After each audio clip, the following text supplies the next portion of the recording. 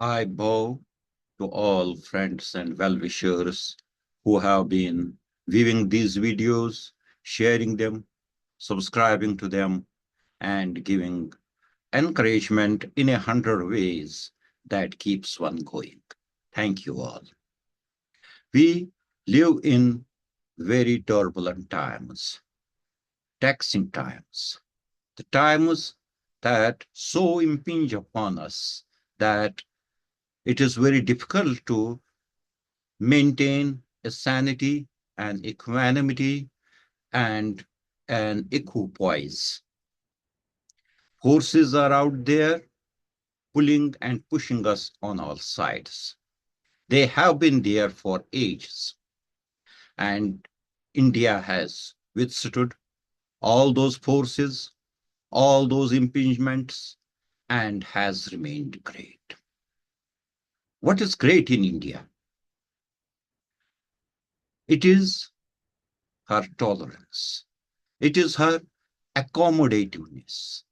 It is her peaceful proclivity and being generally moral. These things make a nation great. These things make a people great. And we in India must take pride in being the legatees of this great cultural heritage, which allows us to be pluralistic and focused at the same time. It allows us to tolerate dissent and also to be united in times of natural as well as national calamities. That is what greatness is made of. And it will be no exaggeration to say India is great, and that is that. Now, we have had differences here, we have had problems here. There has been poverty, there has been a social injustice, but somehow we have we had formulated a way to live in such a way in which we could adjust to these problems, we could make good, we could at the same time do something to ameliorate the situation. Now, this is not only for the last 7 or 8 decades of independence, or say 90, 80, 90 decades since the freedom struggle, but it has been through the ages. There were times, not till very recently, when religion was the only ideology that there was. People thought religion, people lived religion, and people behaved as the religions dictated. Even right up to the dawn of modern times, kings all over claimed a divine right. God, the Almighty, the divine presence, it was thought to be a palpable thing all around us. And even now, people are convinced that without religion, without the force of God, without the fear of punishment, there will not be much morality. But it has got probably to be kept in mind that all this morality was evolved by human society themselves. It came up with the humans. As humans progressed, so many complications came. So many, not exactly the complications, rather, I should say, so many developments and advancements of thought came, which brought about a complex composite structure in which we find ourselves moralized, we find ourselves cushioned, and we believe that this is civilization. In India, we have had this, and beside this, unlike many other places, Even the places which today claim to be very peace loving and in fact actually are very peace loving, like say the Nordic countries. It was just 1,000 years back, those people used to raid the Europe and take away whatever goodies they could take, even men and women. But now, and at that time, India, even then and before that, India had this tolerance, it had this accommodation, it had this penchant for peace. It was uh, allied, it was living a very moral life and a very pluralistic life. All through that period and since, that way of living, the mode, it has so been imbibed so much that we today think that it is in our DNA. Actually, it's not DNA which determines it, but it is the culture, it is the upbringing, it is the social milieu in which we live and have our being that coaches us in the values of tolerance, in the values of accommodation, in the values of peace, in the values of morality, in the values of pluralistic behavior. And this in our times translates into democracy. Democracy is good because with democracy we can have development. With democracy we can have advance in education. With democracy we can have health. With democracy, the polity becomes accountable to the people and is forced to work for the well-being of all. In the world over, we have pretensions of democracy and real patches of democracy. Even Putin, he says he is a Democrat. He is a democratically elected president. In Pakistan too, the polity claims they are democratic and in many other places, but we know that it is only a few patches in the world all over that are really democratic, and India is one of them. But we have to remember that this being good, being tolerant, being accommodative, being pluralistic, being moral, being peace loving, it is not for anybody else. It is in spite of everybody else that we have chosen democracy and we remain democratic.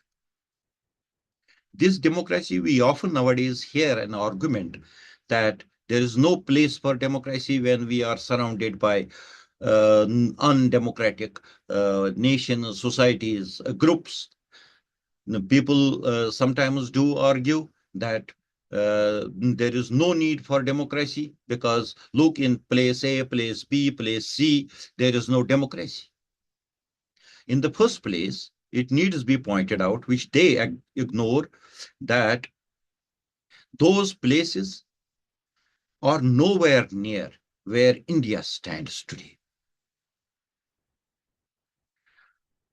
Probably in the subcontinent, the most ancient, the oldest civilizational patch is the Indus Valley civilization, though it did extend to most of present day India. Its font was in today's Pakistan. And yet, we do not have much to write home about from Pakistan because they did not choose to choose democracy. And we chose democracy. We chose democracy not because Pakistan did not choose it or in contrast to Pakistan, but because democracy is something which is within our DNA, which is our need, not a DNA, which is within this particular culture, which is the expression, the best expression for the cultural traits that we have been living for over the last thousands of years. And this democracy will continue. This slant will continue. It should never be determined by somebody else, because the values, following values, being tolerant, being accommodative, being peace loving, it is not for others, it is for ourselves. We often are misled into believing that we have to go by what our neighbors, what the people around us, or say even the larger continent of Asia as a whole, how it is behaving and how it is ruled and run. That has got probably nothing to do with what we choose for ourselves. And we choose for ourselves to be democratic. We choose, it is just like choosing to be just, choosing to be truthful, abiding by values instead of going for the jungle rule, instead of going for the might is right, instead of going for 100 derangements that we may see in our near neighborhood. Because it is not for them, it is not for others, it is not for anybody, but it is for our own selves. India is great because she has been great. Indians are great because the people here, they have been following these great traditions. Nobody becomes great because of wealth. It is because of the values. It is always because of the morals which we uphold and which we entertain. That gives strength to nations. That makes nations great. And that has made India a great democracy. Let nobody try to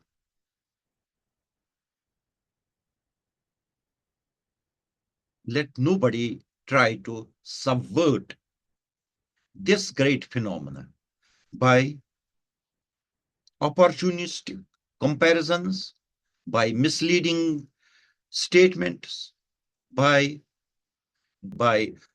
demagogic inclinations. Because whenever we would be led into that rut, we may lose this greatness of our civilization, this greatness of our being, this superiority of culture, this superiority of morality, this superiority of thought that makes India great, that makes India vibrant. And it is something which we have to guard with all the force at our command, with all the thinking that we can make, with all the rational perspectives that we can find. Because it is very easy to slip, but it is very hard to stand up. Stand up for tolerance, stand up for truth, stand up for justice, stand up for peace, stand up for accommodation, stand up for pluralism, stand up for a strong moral fiber for the whole nation. That probably is something which we need in these very turbulent, very tense times.